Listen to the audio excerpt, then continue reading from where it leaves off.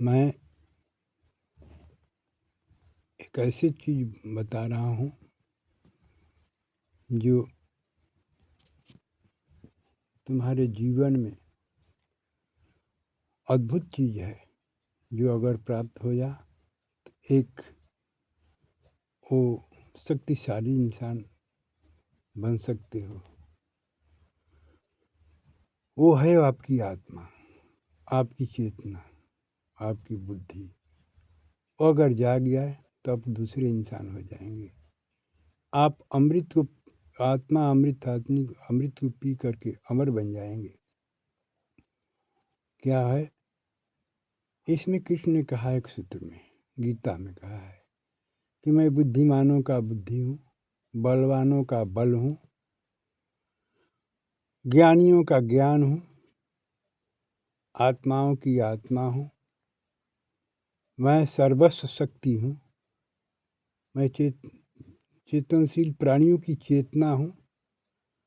केवल करना क्या है इसमें कि अपनी चेतना से, अपने मन से ऊपर उठना है।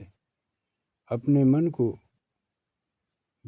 बस में करके, अपने मन को स्थिर करके अपने मन से ऊपर उठना है और मौन की स्थिति में, ध्यान की धारणा में बना करके और अपने को केवल देखना है। और इस देखते देखते वो आत्मा की चेतना जागृत हो जाएगी।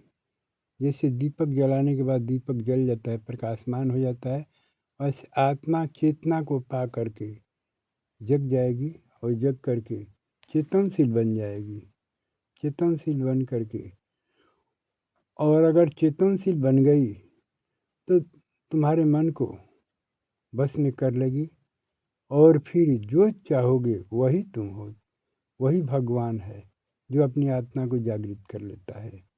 वही ईश्वर है, ब्रह्म है, जो ब्रह्म को की शक्ति को प्राप्त करने वाला संसार में अद्वितीय है।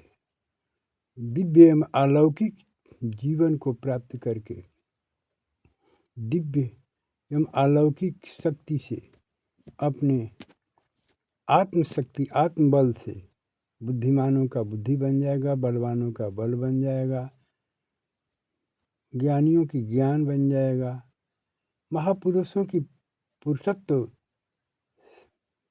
शक्ति बन जाएगा। महापुरुषों की पुरुषत्व शक्ति है उसमें। वो वीर्य है। वीर्य से क्या होता है? वीर्य जब आपकी ऊर्ध्वगमन करती है और ये जो वीर्य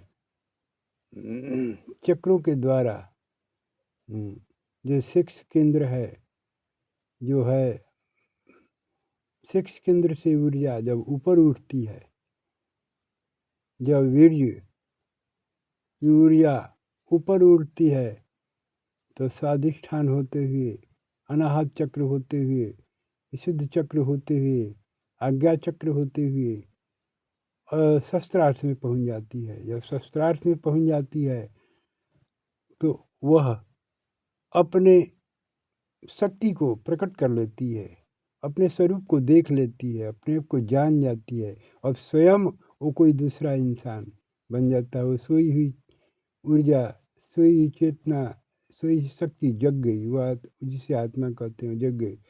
वही आत्मा जब जग जाती है, उसके तीसरे नेत्र खुल जाते हैं तो अपने को जगत में शक्तिशाली ईश्वर स्वरूप देखती है, ब्रह्म स्वरूप देखती है। और ब्रह्म स्वरूप होने के चलते वो आत्मा ब्रह्मय स्थिति को प्राप्त करके संसार में एक अद्वितीय अलौकिक एवं दिव्य, है ना, शक्ति को प्राप्त करके शक्तिशाली बन जाती है। ये अद्वितीय सूत्र है। इस सूत्र को जान जाने के बाद फिर और कोई जानने की ज़रूरत नहीं है। और ये योग क्रिया है। योग क्रिया के द्वारा ये संभव होता है। पहले धारणा बनानी होती है। धारणा में मन को बस में करना होता है, मन को देखना होता है, मन बस में हो जाए, फिर धारणा से ध्यान में मौन होकर के ध्यान में आंखें बंद करके भीतर में जाना होता है। भीतर में जा कर के फिर अपनी चेतना को जागृत करना है।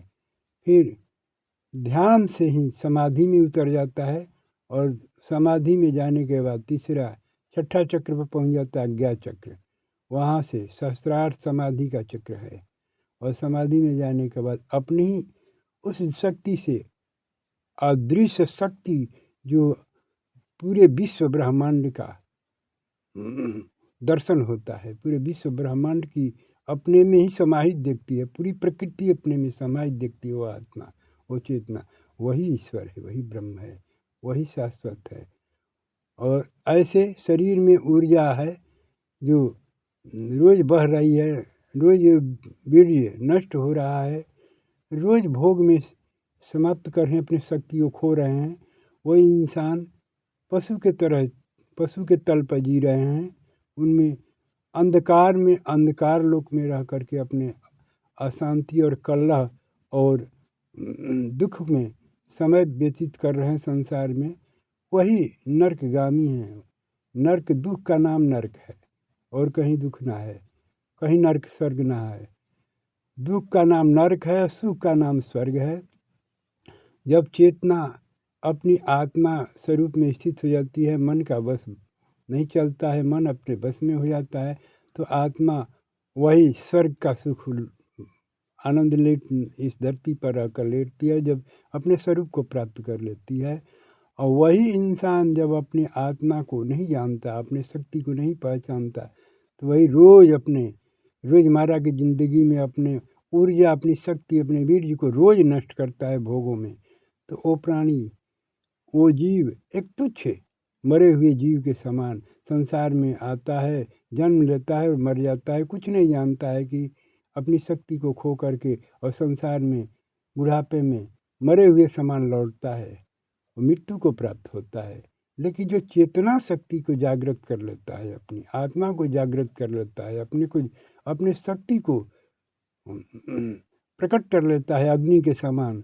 जैसे अग्नि सब कुछ है लेकिन अग्नि नहीं प्रकट है तब तक से आप अग्नि के अभाव में कष्ट का अनुभव करते हैं। सर्दी पड़ रही है तो अग्नि नहीं मिल पाती है, अग्नि जलते ही आपकी सर्दी दूर हो जाती है। वैसे ही आत्मा जब अग्नि के समान तेजवान है, प्रकट हो जाती है, तो आपके सभी कष्टों को दूर करके अपना और संसार में सुखी एक इंसान बना देती है। तो इस शक्ति को जागृत करने के लिए हमारे पास जो सूत्र हैं मैं बता रहा हूँ, उस सूत्रों को आप अपने आत्मा को जागृत करें, अपनी आत्म शक्ति को जगा करके एक तेजवानों का तेज, बलवानों का बल और धनवानों का धन, ये तुम्हारे ही स्वरूप हैं, तुम्हारी आत्मा है। तुम अपने स्वरूप को जान जाओ, अपनी आत्मा में लौट जाओ, अपने स्वरूप में स्थित हो जाओ। ये इसकी प्राप्ति होते ही तुम सर्वशक्तिमान परमात्मा ईश्वर ब्रह्म हो, इसमें दो राय नहीं है। मैं पक्का कहता हूँ, इसमें मेरे शब्द गलत नहीं हो सकते, मेरी अनुभव गलत नहीं है। मैं कृष्ण जो अनुभव अपना गीता में बताया है, मैं वही अनुभव बताता हूँ, परख करके अनुभव करके जो है ये परम सत्य है। इसको जानने के बाद और कुछ जानना जरूरी नहीं है।